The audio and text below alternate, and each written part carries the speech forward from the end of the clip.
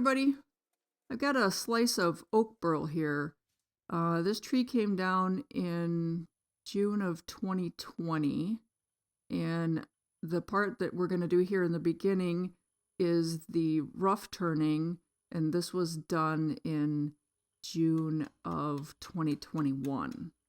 So right now I'm just going to make the outside shape of the larger of the bowls. I'm going to core a smaller one from this burl. We're going to just zip through most of this bit. It's going to be part of the video where I finish turning the big bowl, but I just wanted you guys to see the burl as it started and then the larger bowl that we're going to core the center out of.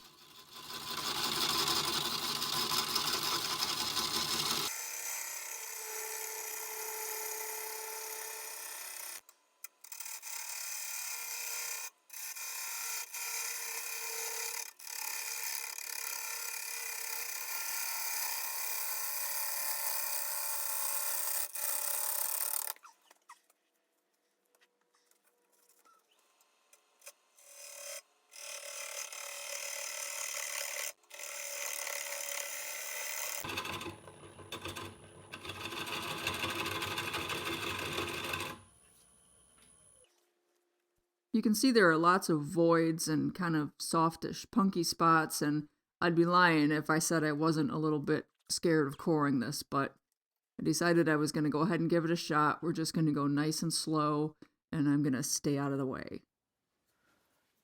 Okie dokie. Let's see what we get.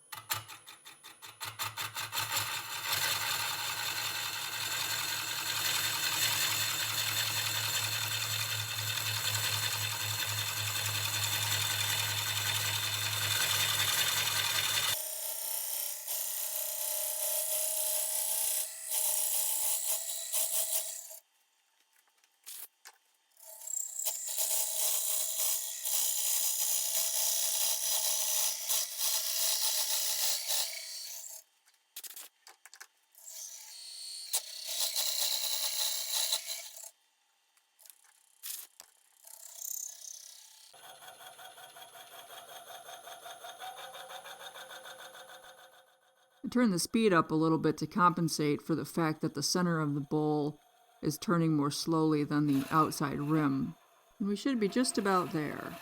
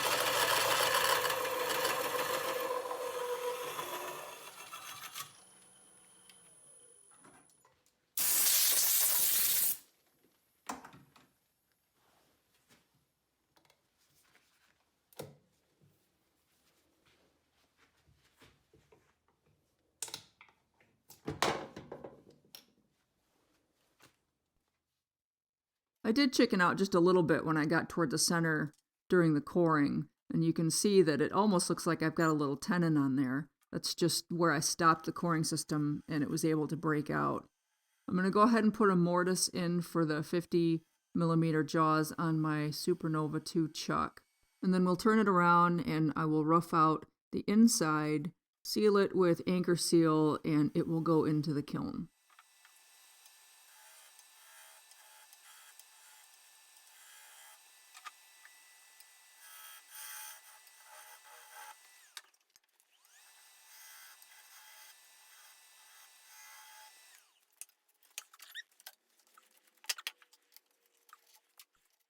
This really has some fantastic grain.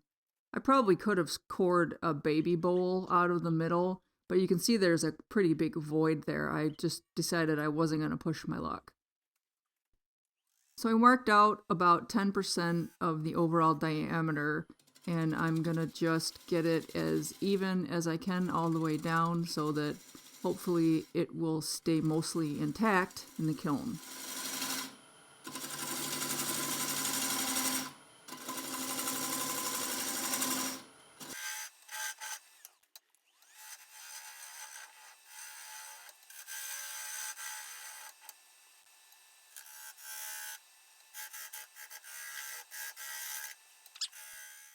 After the tree came down, the burl was sliced off in one piece, and I left it that way for a year until the day that I'm doing the roughing out here, and you can see that it's still wet. I did put a moisture meter on it, and it came in at 26%.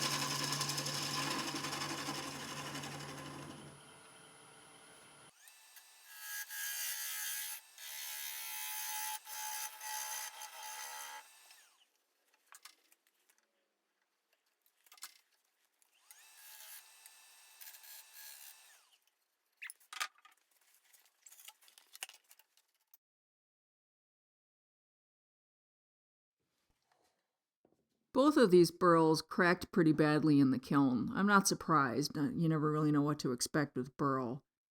This is the larger bowl that I cored the smaller one out of, and you can see there are some pretty large cracks. So for the smaller one, I put it on the lathe after it had come out of the kiln and took all of the AnchorSeal off of it and thinned it out just a little bit, trued it up, made it fit in this plastic bowl. And then I put it in the turkey roaster for a couple of days, 8 hours at a time, just to bake the rest of the moisture out. And then I cast it in some resin. Because it was already roughed out into a bowl shape, I was able to use this sort of double bowl method, and that cuts down on the amount of resin that you have to use. I could have put a waste block in there, but this just meant that I didn't have to turn anything out of it. First thing I'm going to do is get the resin off of the bottom and get back to solid wood so that I can get a mortise recut into this. I went ahead and let the resin fill it so that any voids in the blank itself will be filled, and then that should give me a nice strong mounting point.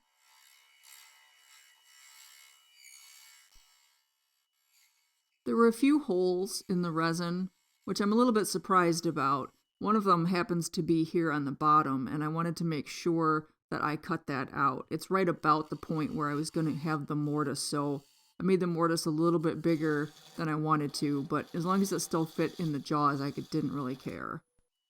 It's actually easier to make a slightly larger mortise when you're using a jam chuck. You can see I really have a hard time getting that dovetail tool in there, and I'm being very careful, just taking extra light passes and trying to use it only to shape the profile and not really to do a whole lot of material removing. It has a tendency to be a little grabby.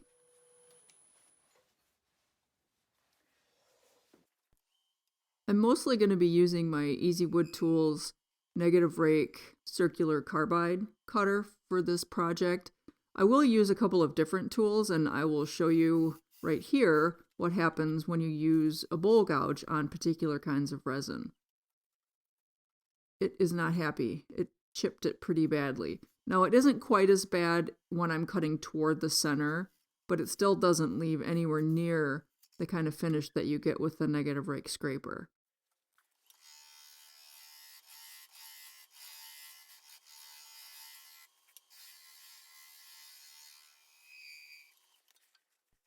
I took a little bit of the thickness off when I was cleaning up the bottom, so I'm just going to touch up the mortise and make sure that I've got a good profile and a good depth.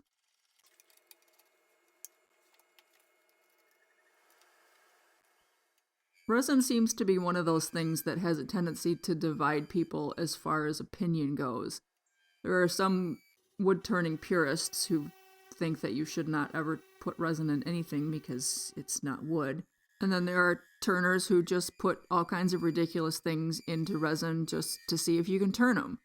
I'm definitely in the middle of those. I like resin and wood together, but for the most part, if I'm using resin, it's either for a structural purpose or just as a complementary design.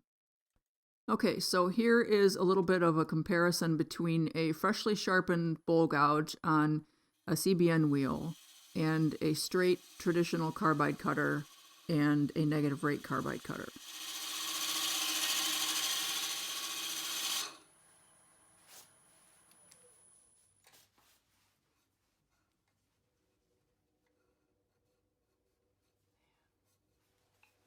It really does just tear it up.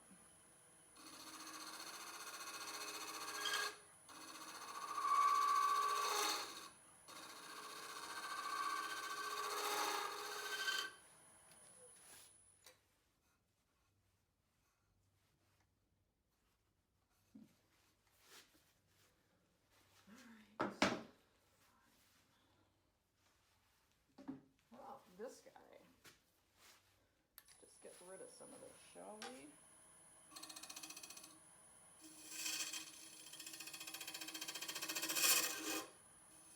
This is just a standard round carbide cutter. And you can see with that one I come back toward the edge coming from the other direction that they have a tendency to be really grabby.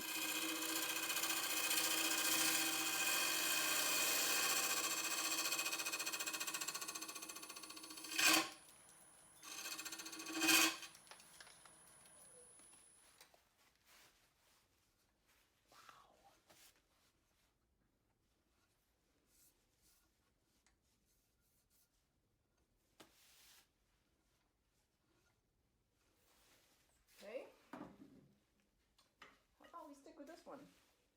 You can see the difference between a standard cutter and a negative rake cutter. The negative rake has an angle ground on the edge so that when it contacts the workpiece, it is at a negative angle, where a standard cutter just contacts it perpendicularly, and that is a little bit more aggressive.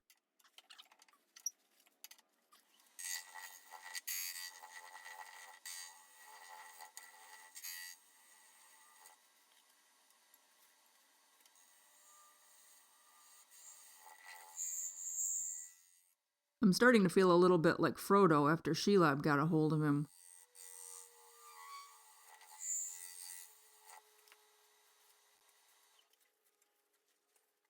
You can see that that negative rate cutter came in and took care of all of that chip out.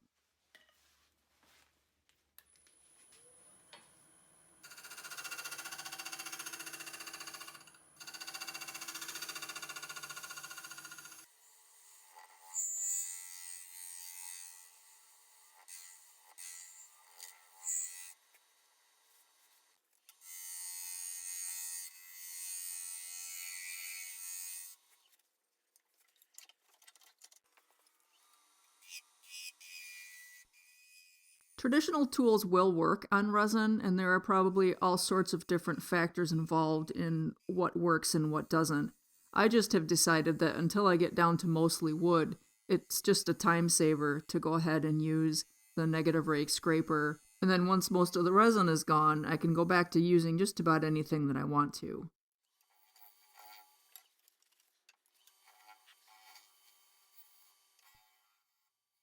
As I said before, I really do like the way that resin and wood look together, and a lot of times I will use a contrasting color of resin so that it will stand out. In this case, I really wanted the burl figure to stand out. I just needed some help to hold it together. So I chose a chocolatey color resin that sort of blends in, and I really like the way that it looks. It really does look to me like a canyon full of chocolate rivers. I started sanding at 80 like I normally do, but because there's a pretty big patch of resin in there, I went up to 800 instead of stopping at 400.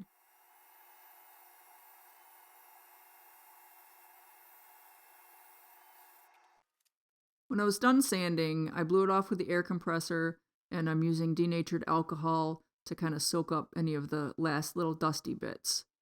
I'm putting a 1 pound cut of shellac on as a bit of a sealer. And then when it's dry, I just cut that back with a Scotch-Brite pad.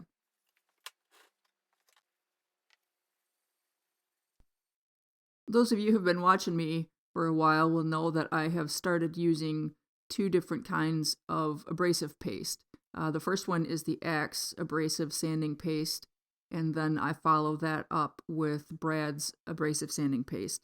The Brad's is just a little bit finer grit, and especially when dealing with resin, I figure the smoother you can get it, the better. I really like the way that they both look.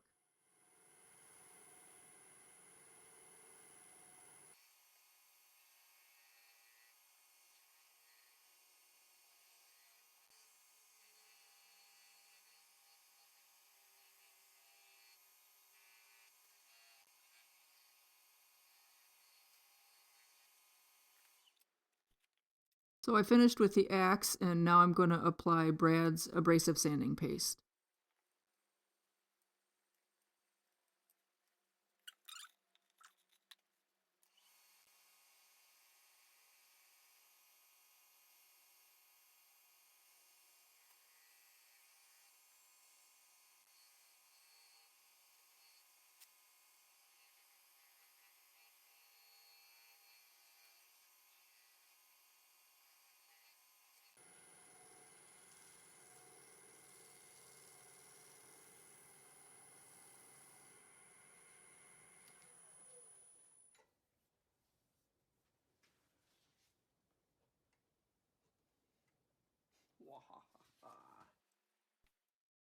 I'm using Brad's tongue wax as the final finish here, so I applied a coat and I let that sit for a couple of hours, and then I came back and I buffed it at probably, I don't know, what, 1500 RPMs?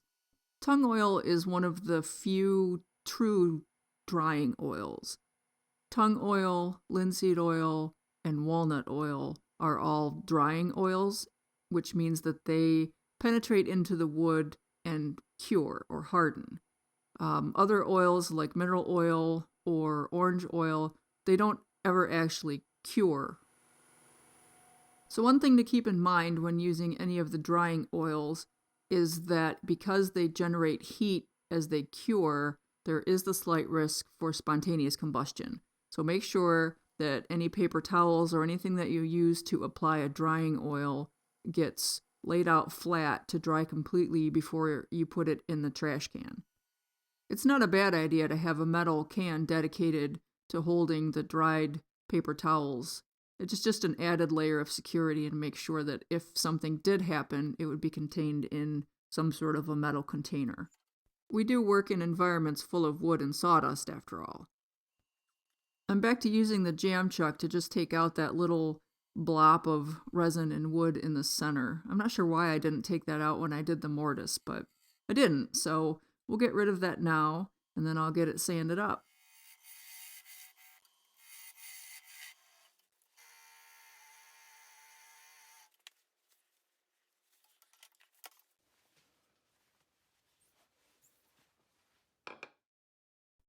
Ooh, isn't that pretty?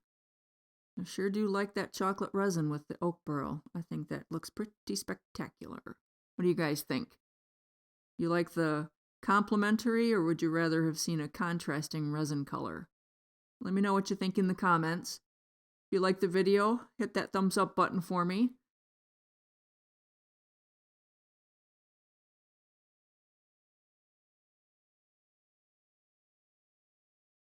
Thank you guys so much for watching. I really appreciate it. Until next time, y'all be safe out there. Invention, my dear friends, is 93% perspiration, 6% electricity, 4% evaporation, and 2% butterscotch ripple.